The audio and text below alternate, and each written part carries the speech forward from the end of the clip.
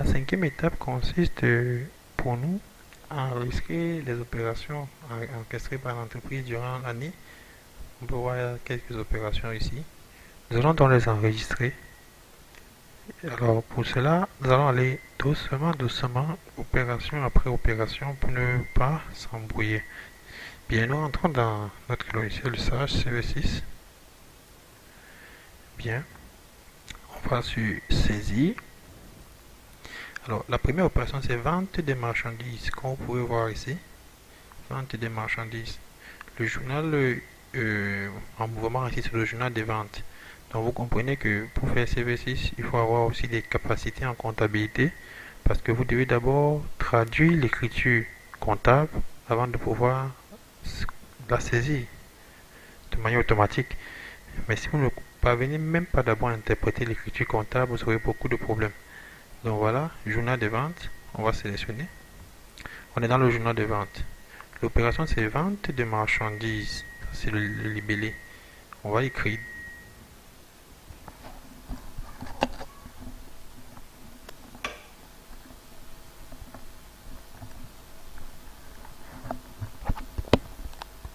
vente de marchandises.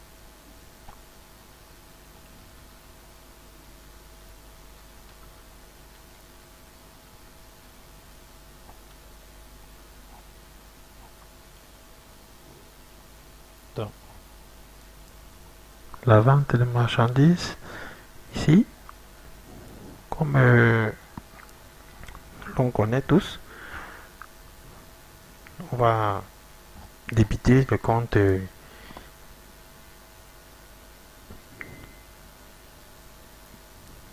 411 puisqu'on va au client, n'est-ce pas? Alors, nous allons aller sur Entrée, au débit. On va mettre le montant de la vente en faisant la différence entre le montant. Bon, donc on aura 894 000, autant pour moi. 375 000. Tape sur Entrée. Vous voyez, la machine va nous présenter ici le code tiers. Il convient pour nous de sélectionner le code du tiers qui est client de l'entreprise. Notons que nous sommes en train de vendre au client alimentation générale. Donc nous allons aller sur le code. On cherche alimentation générale. Son numéro de compte c'est 4111. C'est ça que nous allons prendre. On sélectionne. Et une fois entré, la machine va nous demander également d'entrer une date d'échéance. Bon, la date d'échéance va s'afficher seule après avoir validé. On peut choisir n'importe quelle date selon notre convenance. Bon, tout ce qui nous restera à faire, parlant de la date d'échéance, c'est tout simplement, on peut laisser ainsi, puisque c'est un cas école. On suppose que la vente se fait à crédit, et donc la machine va nous proposer une date on va tout simplement laisser, et nous intéresser tout simplement à la date de valeur. On peut saisir la date d'aujourd'hui, disons le 1er mai 2018, et on modifie aussi la date d'échéance en mettant une date postérieure, peut-être le 10 mai. Voilà. Et la machine valide. Nous allons passer directement au compte suivant, ce 701, vente de marchandises. Bon, le montant de 701 qui sera crédité est égal à 750 000.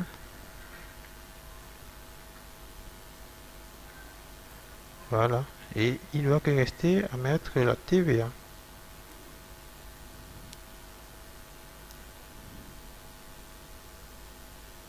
44, 31.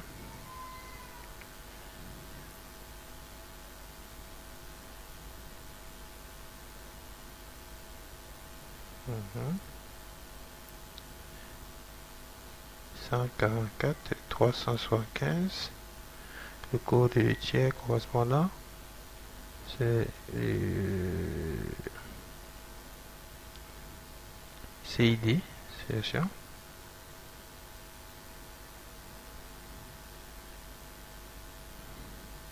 Voilà.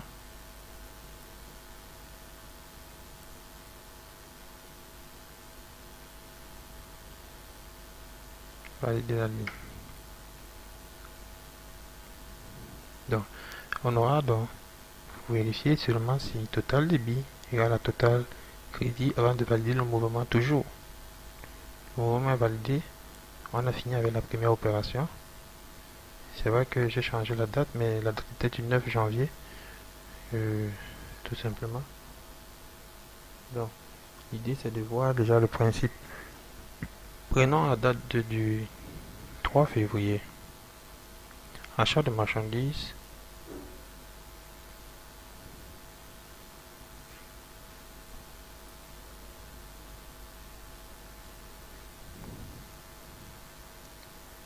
Achat de marchandises. On va mettre le libellé. Bon, on va choisir d'abord le journal des achats. Ici. Journal des achats. Vous avez bien vu là. Le mouvement c'est achat de marchandises.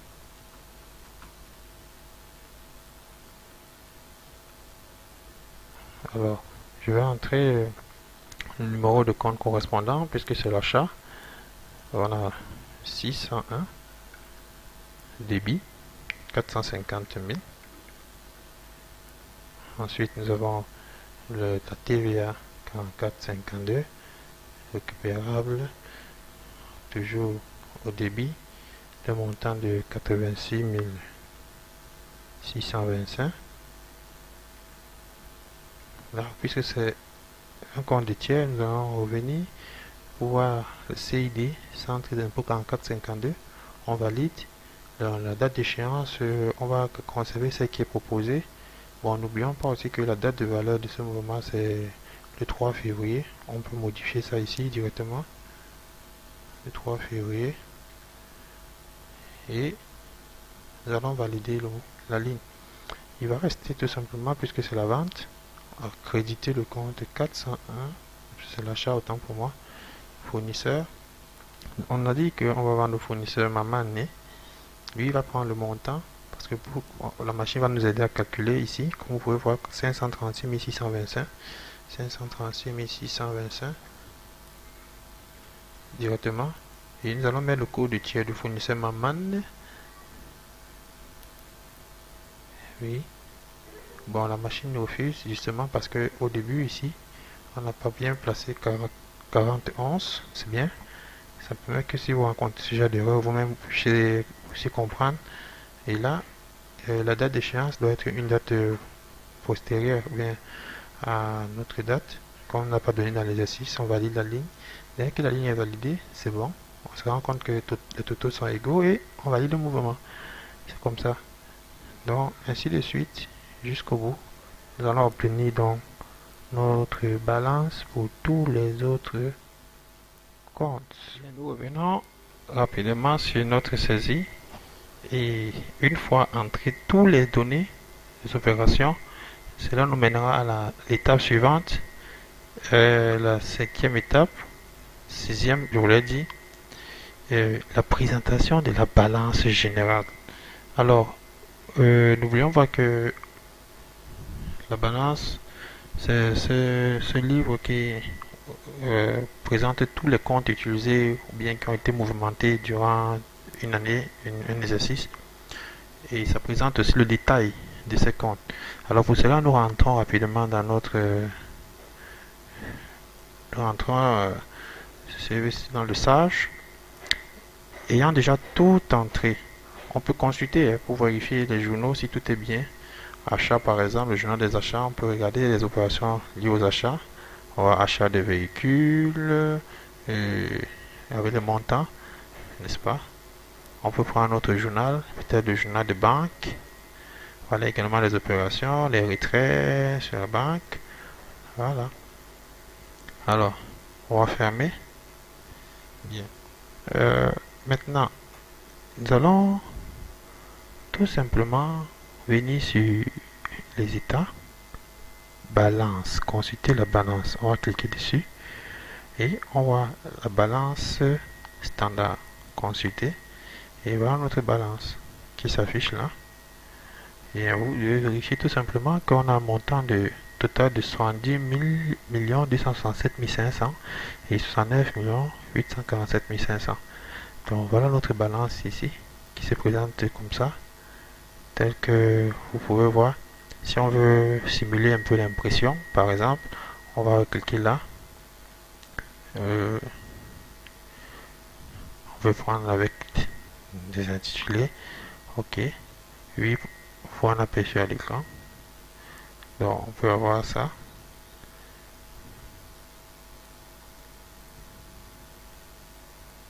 Très bien. Voilà notre balance des comptes qui s'affiche là, tel que on peut voir là. Notre balance à 6 comptes, 6 colonnes. Voilà. Bien. On peut fermer l'aperçu. Alors, l'étape suivante maintenant consiste pour nous à transférer la balance vers DSF. DSF qui est une autre branche du Sage. Alors, nous allons tout simplement à partir de notre balance vers le bas, on va transférer de la balance aux récupérations. On va cliquer dessus. Que souhaitez-vous faire? Récupérer, transférer vers l'extérieur. Et on va dire non, parce qu'on veut la transférer vers l'extérieur. On peut la loger dans le Sage DSF comme ceci. On valide. Le transfert de la balance est terminé. OK. Le transfert s'est bien passé. OK. Et voilà. Nous avons transféré. Alors, une fois transféré, nous allons récupérer notre balance dans le Sage DSF. Et nous allons vous montrer comment fait-on pour faire apparaître le DSF. Alors, nous allons entrer rapidement dans le Sage DSF. Très bien. On va entrer la même chose, le Sage système. Le Sage système. Et nous allons ouvrir. On demande de fiche de société. Notre société c'était SCC. Bon, le mot de passe S. On peut laisser les responsables, tout ça. On va sur OK. Bien. On ferme là. On ouvre notre société. On demande le mot de passe S. On va sur OK. On sélectionne l'année. Bon, ici c'est jusqu'à 2017. OK. On applique. Souhaitez-vous créer le dossier oui. Et on attend. Très bien. Le logiciel est ouvert. Alors, comment fait-on pour lancer, bien pour récupérer notre balance? Alors, nous allons venir sur ces trois menus. Nous allons beaucoup travailler avec les trois ci. Vous voyez, ici, c'est lancer le générateur. Là, lancer le menu de récupération. Et ici, commencer ici. On va commencer par lancer le menu de récupération de la DSF. Dès que vous cliquez là, vous voyez balance externe. On va prendre notre balance externe. Parce qu'on a balance fichier, balance externe, balance fichier. Donc, on peut prendre l'un l'autre. Vous voyez, quand je vais sur balance externe, ça me demande balance Excel ou balance test. On va dire balance test. On demande de récupérer, oui. Alors, nous allons chercher notre fichier ici. Notre fichier, vous vous rappelez, c'est dans le Sage DSF que nous avons enregistré. C'est son nom ici. Balance DEF. Nous allons ouvrir. Appliquer. Et nous attendons. Fin de récupération. 23 lignes traitées. OK. Alors, OK. Ça va s'afficher. OK. Donc, alors, nous aurons notre balance qui s'est activée ici. La même balance. On vérifie seulement si tout y est. Oui, tout est bien entré. On peut fermer, tout simplement. On va fermer, on va fermer. Alors, nous allons donc finir avec la récupération. On a fermé. On va lancer le générateur de la génération de la DSF. Là, on va cliquer. Vous souhaitez vous réaliser une génération de la DSF? Alors, oui. Très bien. Tout a été généré. Il nous reste seulement à commencer ici pour afficher le tableau. Voilà les tableaux. Et les tableaux les plus utilisés, comme vous connaissez, c'est le tableau 22-23. Nous allons par exemple prendre le tableau 22. Bon, le tableau 23 même. Ouais. Prenons le tableau 23. Et revenons au tableau 22. Patientez un peu. Ça, c'est le tableau de détermination de l'impôt sur le résultat, que vous connaissez très bien. C'est ça. Donc, on va prendre le tableau 22. Donc, on va considérer que l'impôt n'est pas encore pris en compte. Donc, voilà un peu quelques éléments que nous avons par rapport au tableau 22 de la DSF. Et le reste des informations, tout le monde peut le faire. Pour modifier, s'il y a des charges qu'il faut déduire, on peut les déduire. Et autres. S'il y a des réintégrations aussi, on peut les faire ici. Et voir donc comment déterminer notre résultat. Par exemple, ici, nous avons 820 000 comme résultat affiché. C'est comme ça. Donc, il est déficitaire, bien entendu. Et là, voilà quelques éléments qu'on peut souligner ici. Il fallait pour nous, cette leçon, de vous montrer tout simplement comment est-ce que on peut aller de CV6 à DSF et générer la DSF à partir de la balance sur CV6. Nous vous remercions beaucoup pour votre attention et très bientôt nous allons continuer ces rubriques avec le sage paye. Nous vous demandons de rester toujours concentré sur ce que nos articles. S'il y a des questions, s'il y a des points où on n'est pas bien compris, n'hésitez pas à laisser des commentaires. Merci.